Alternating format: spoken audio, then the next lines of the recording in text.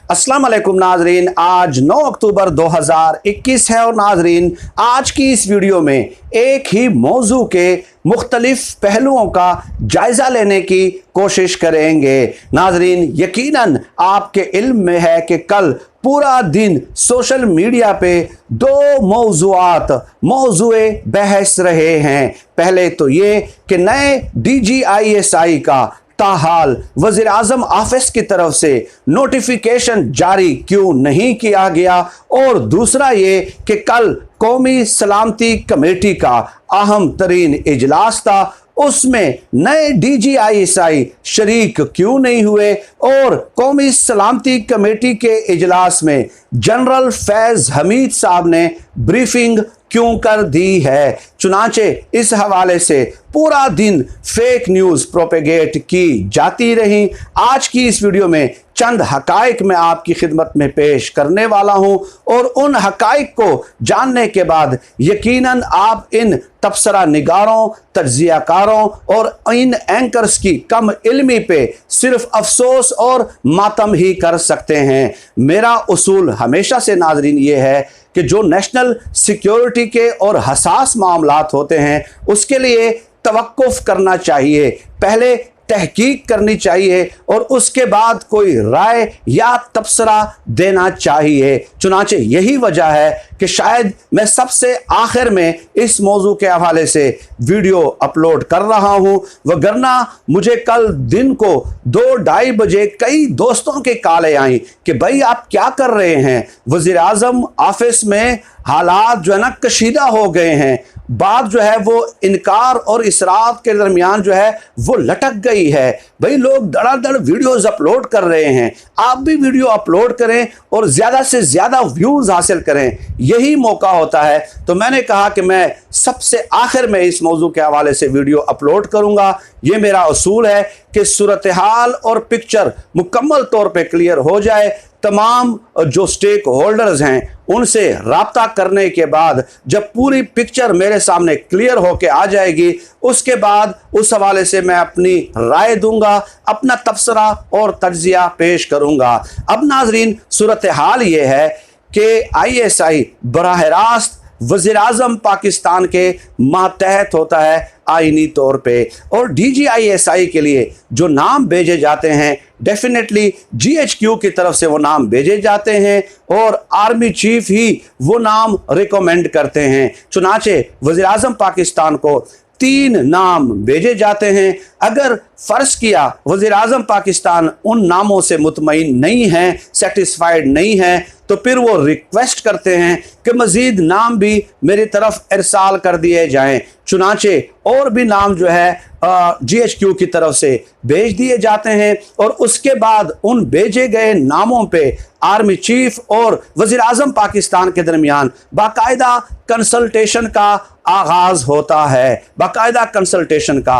और अब याद रखें नाजरीन कि DGISI का जो चार्ज लेने का अमल है, जो तैनाती का अमल है, उसे आप सिविलियन इस्तिलाह में तो नोटिफिकेशन कह सकते हैं, लेकिन आर्मी की इस्तिलाह में उसे पोस्टिंग ऑर्डर कहा जाता है। अब ये जो एक हवा कड़ा करने की कोशिश की गई कि नोटिफिकेशन जारी क्यों नहीं हुआ, भाई क्यों नहीं हुआ, तो इस हवाले से जो रिवायत रही है कि ISPR की वेबसाइट पे आपको सिर्फ प्रेस रिलीज नज़र आएगी और यही कानूनी तकाजा पूरा करना सफिशिएंट होता है, और आर्मी की ज़बान में इसे पोस्टिंग ऑर्डर कहा जाता है। चुनाचे ये कोई कानूनी कदगन नहीं है भाई कि आप कहें कि वज़ीर आज़म ऑफिस की तरफ से नोटिफिकेशन जारी क्यों नहीं हुआ, ये ज़रूरी नहीं होता।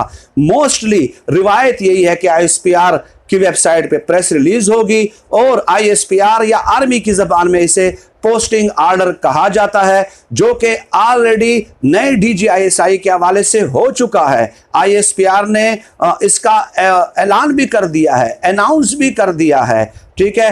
तो अगर वज़ीर आज़म ऑफिस की तरफ से नोटिफिकेशन जारी हो भी जाता है तो वेल एंड गुड, नहीं भी होता तो वेल एंड गुड। वहां से ISPR की तरफ से जो एक रिवायत और जो एक कानूनी तकाजा था वो पूरा हो चुका है। नाम फाइनल करना वज़ीर आज़म का इख्तियार है, लेकिन with consultation of army chief 24 जुलाई को इस हवाले से मीटिंग हुई थी, 29 सितंबर को इस हवाले से मीटिंग हुई थी, और इसके अलावा 2-3 मीटिंग्स का इनेकाद और भी किया गया था। चुनाचे फुल फ्लेज कंसल्टेशन इस हवाले से हो चुकी है। अब नाजरीन आगे चलें कि कौमी सलामती कमेटी के इजलास में नए DGISI शरीक क्यों नहीं थे, तो थोड़ा सा इंसान अपनी अकल से भी सोचना शुरू कर देता है। डेफिनेटली इंसान को अल्लाह ताला ने जो अकल दी है वो सोचने के लिए दी है, सिचुएशन को क्रिटिकली एनालाइज करने के लिए दी है।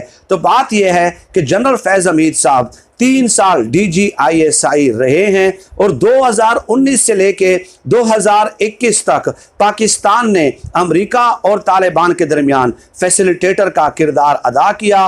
कतर में, दोहा में मुज़ाकरात हुए। इसके अलावा जो जनरल फैज़ हमीद साहब हैं उन्होंने कई दर्जे यानी कि हाफ दर्जन, आधे दर्जन के करीब विजिट किए हैं अफगानिस्तान के मुख्तलिफ स्टेक होल्डर्स के साथ, मुज़ाकरात किए हैं। चुनाचे अफगान अमल के प्रोसेस का, अफगान अमन के प्रोसेस का वो हिस्सा रहे हैं। तो डेफिनेटली वो तमाम तर मालूमात उनके पास मौजूद थी। अब ये तो नहीं हो सकता कि नए DGISI को कहा जाए जो कि कोर कमांडर कराची थे कि आप फ्लाइट पकड़ के आ जाएं। वज़ीर आज़म ऑफिस में नेशनल सिक्योरिटी कमेटी के हवाले से एक मीटिंग है और आपने ब्रीफ करना है। वो कैसे ब्रीफ कर सकते हैं भाई? पूरे प्रोसेस का हिस्सा ही वो नहीं रहे। तमाम तर मालूमात जनरल फैज़ हमीद साहब के पास थी, तो वो कैसे और क्यों कर ब्रीफ करते? तो इतना तो एटलीस्ट अपनी अकल भी इस्तेमाल कर लिया करें और थोड़ा बहुत सोचने समझने की भी जहमत कर लिया करें। और इसके अलावा नाजरीन एक और बात याद रख लें कि जो पाकिस्तानी फ़ौज की जो रिवायत है, ISI की जो रिवायत है कि जो जाने वाला DGISI होता है वो आने वाले DGISI को कम से कम 8 से 10 दिन ब्रीफिंग देते हैं, कम से कम 8 से 10 दिन ब्रीफिंग देते हैं। और उसमें internal, regional, global, evolving security situation के हवाले से भी उन्हें ब्रीफ किया जाता है और ये भी साथ बताया जाता है कि हमारे कौन से प्रोजेक्ट जो हैं वो मुकम्मल हो चुके हैं और कौन से जो प्रोजेक्ट हैं वो ऑन गोइंग हैं और कौन से प्रोजेक्ट हम इनिशिएट करने वाले थे, कौन से हिस्से खुफिया रखने हैं, कौन से हिस्से डिस्क्लोज करने हैं। ये तमाम तर ब्रीफिंग जो जाने वाला DGISI है वो आने वाले DGISI को देते हैं भाई। तो आप कैसे ये तस्वुर कर सकते हैं कि एक दिन में उनका नोटिफिकेशन आ जाए, वो ब्रीफिंग भी दे और तमाम प्रोजेक्ट्स पे वो काम भी शुरू कर दें? तो ये पूरे प्रोसेस को समझने की ज़रूरत है। अब नाजरीन जो थंबनेल आप देख रहे हैं, डेफिनेटली पाकिस्तान में ऐसे चंद सहाफ़ी हैं जो शरीफ ख़ानदान के वफ़ादार और हिमायती हैं। उन्हीं में से एक अफसार आलम साहब हैं।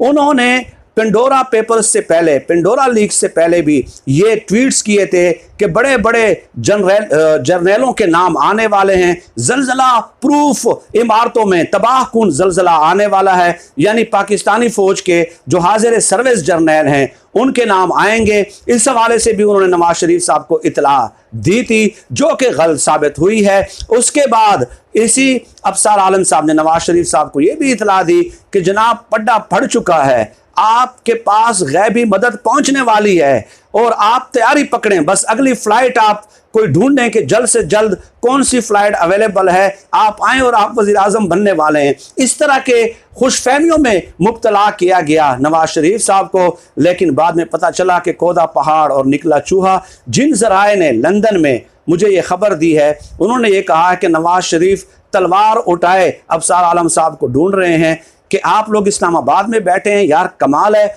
आप लोग तो दावा करते हैं कि हमारी इतनी अप्रोच है, हायर ऑफिशल्स के साथ हमारे कांटेक्ट हैं और हर बार आप गलत इतला हमारे तक पहुंचा देते हैं और हमें खुशफहमी में मुब्तला कर देते हैं। नाजरीन ये एक व्यू था, बहुत सारे पहलू हैं जो इस हवाले से रह गए हैं। आने वाली वीडियो में इंशाल्लाह उस हवाले से आपके साथ तफसीली नशिस्त का एहतमाम होगा with full fledge logical comments, दलाइल के साथ, सबूतों के साथ।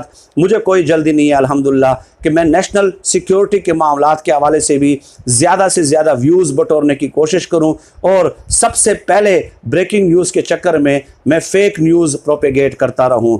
मुझे इस किस्म के कामों का कोई शौक़ नहीं है। फिल वक्त नाज़रीन, आज की इस वीडियो में इतना ही। पाकिस्तान जिंदाबाद, अल्लाह हाफ़िज़।